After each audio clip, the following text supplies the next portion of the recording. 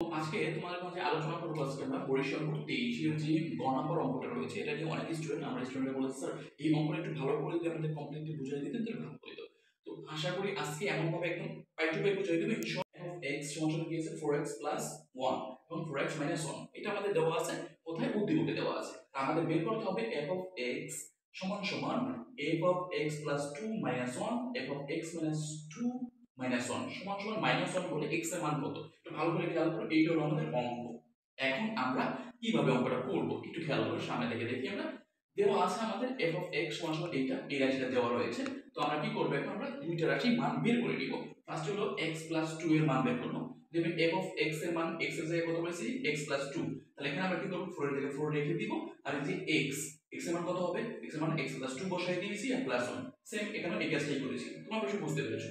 এবার নিচেরটা আসি, f(x - 2 এর মানটা আমরা বের করে নিব। সেম কাজ করব, এখানে আমাদের যে মানটা রয়েছে 4টা রেখে দিব এখানে, আর এখানে x এর মানটা কি বসাবো স্যার, এই x এর মানটা বসাবো x - 2 আর +1 যা আছে তাই। আবার এখানে সেম টু সেম মানটা বসাই দেব, এখানে কি হবে x - 2। বুঝতে পেরেছি। এখন চলে আসি আমাদের প্রদত্ত রাশি, আমাদের রাশি দেওয়া আছে। প্রদত্ত রাশি দেওয়া আছে f(x + 2 - 1 f(x - 2 - 1 সমান 1 হলে, তো এই রাশিটা আমাদের দেওয়া আছে, এই রাশির আমরা মানটা বসাবো। কিভাবে মানটা বসাবো একটু খেয়াল করো ভালো করে। দেখো আমরা f(x + 2 আমরা উপরে কিন্তু x + 2 এর মান পেয়েছি, এই যে পুরোটা মানটা পেয়েছি, এই মানটা কিন্তু এখানে আমরা বসাই দিয়েছি। ক্লিয়ার।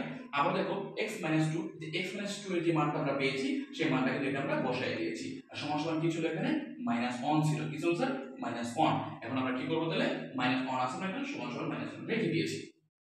পরের রাশিতে চলে যাই, এখানে একটু খেয়াল করো। তাহলে আমরা এখানে যা আছে তাই এখানে লসাগু করব। কি করব স্যার, লসাগু করব। যেহেতু আমাদের এখানে কি রয়েছে, -1 রয়েছে, আমরা জানি, তাহলে আমরা এখানে একটা কাজ করতে পারি, এখানে -1 এখানেও -1 দিয়ে দিতে পারি।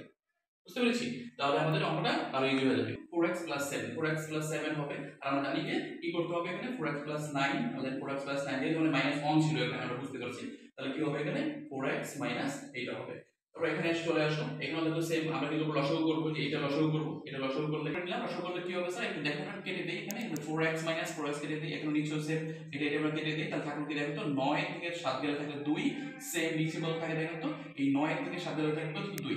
ক্লিয়ার। -1 তো আমাদের রয়েছে, তাহলে আমরা কি করব, এটাকে উল্টাই দেব। আমরা জানি উল্টাই দিলে কি হবে, এখানে 2/4x + 7 রেখেছি, আর 4x - 9 টা রেখে দিয়েছি, মানে সমান কি -1। Okay fine. তো এখন আমরা কি করব, এইটা রেখে দিতে পারি আমরা। তাহলে কি থাকলো উপরে, 4x - 9 থাকলো, এখানে 4x + 7 থাকলো, মানে সমান কি থাকলো, -1 থাকলো। তাহলে -1 থাকলে আমরা কি করব, এখন আর আগে গুণ করে দিব, এই পাশে গুণ করে দিব, আর এই পাশে গুণ করে দিব।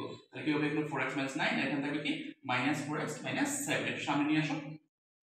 তাহলে কি হবে, 4x + 4x, কারণ আমি এই 4x টা এই পাশে নিয়ে আসলে প্লাস হয়ে যাবে, আর 9 টা এই পাশে নিয়ে গেলে প্লাস হয়ে যাবে। তাহলে 4x + 8x হয়ে যাবে, আর এখানে থাকলো কত 2।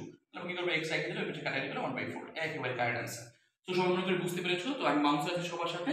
তো ইনশাআল্লাহ এরকম কোনো অঙ্ক যদি না বুঝতে থাকো এসএসসি অবশ্যই কমেন্ট করে জানিয়ে দিতে পারো। আর আমার বেঁচে কিন্তু অবশ্যই ভর্তি চলতেছে 3 মাস, তোমাদের 3 মাসের টার্গেট যাদের এ ক্লাস তারা অবশ্যই ভর্তি হতে পারো।